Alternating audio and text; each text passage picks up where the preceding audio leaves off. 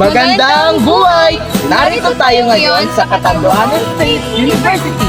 Narito tayo ngayon para alamin ang kaalaman at pananaw ng mga estudyante tungkol sa pambansang wika ng Pilipinas. Ako si Diana Rose. Ako naman si John Chloe. Tara, samahan niyo kami!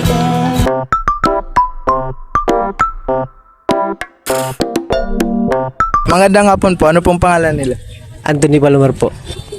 Sa iyong kaalaman po, ilang bansa ang sumakop sa Pilipinas?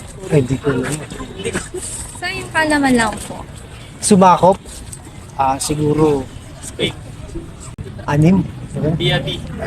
Sa tingin mo po, ano-anong mga bansa po yun? Espanya. Ano pa, Japan. Amerika.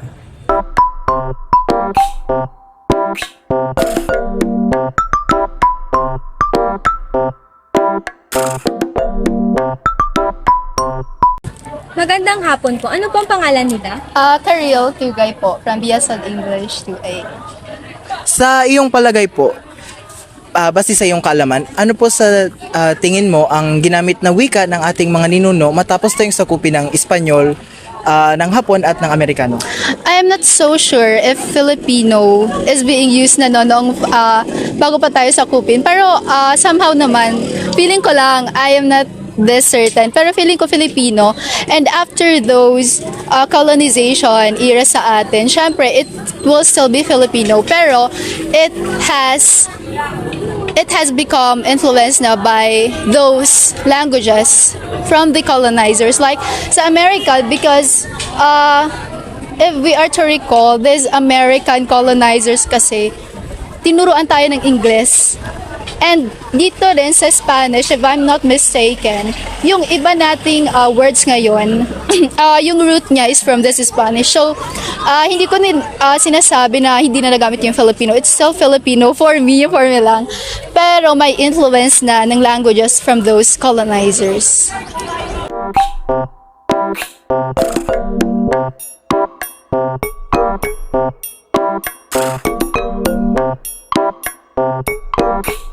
Magandang hapon po. Ano pong pangalan nila?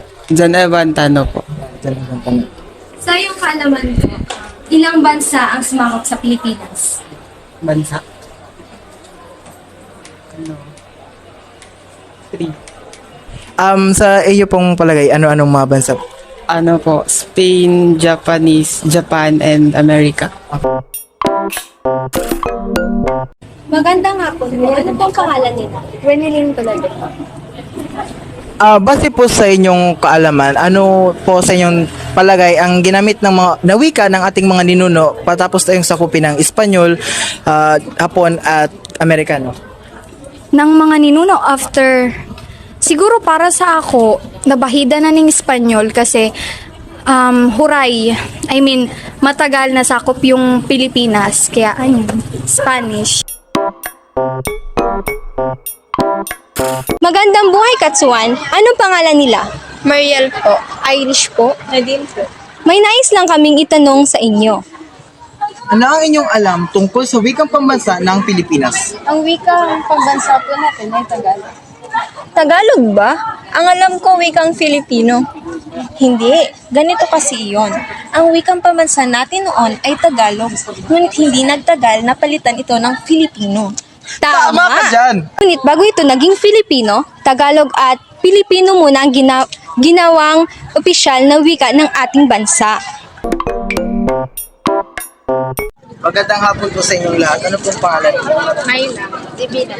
Raisa. Anong buwan pinagdiriwang ang buwan ng wika? Abril. Mali? Marso. May iba pa bang kasagutan? Agosto. Tama. Alam niyo ba na ang buwan ng wika ay tinawag na linggo ng wika na ipinagdiriwang noong ika-26 ng Marso hanggang ika-4 ng Abril na inilipat sa petsa ng Agosto 13 hanggang 19? Ang Pilipinas ay sinakop ng Kastila, Amerikano at Hapon. Noon tayo ay sinakop ng Kastila, hindi nila itunuro ang kanilang wika bagkos Sila ang nag-aral ng wikang katutubo. Pagkatapos ng Kastila, Amerikano naman ang sunod na sumakop sa Pilipinas. Sa pinilitan nilang ipinagamit ang wikang Ingles hanggang sa matapos ang kanilang pananakop. At ang huling bansang sumakop sa Pilipinas ay ang Hapon. Sa pilitan nilang ipinakalimot ang wikang Ingles at ibinalik ang wikang katutubo. Matapos nyon, taong 1946, nakamit ng ating bansa ang sarili nating pambansang wika.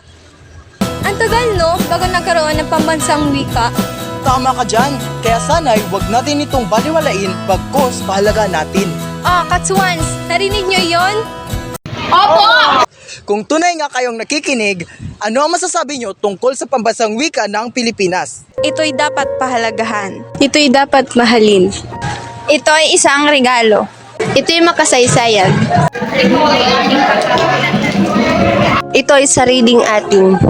Sana nga'y tunay nyo itong natutunan. Ako si Diana Rose. Ako naman si John Chloe. Lamang ang may alam!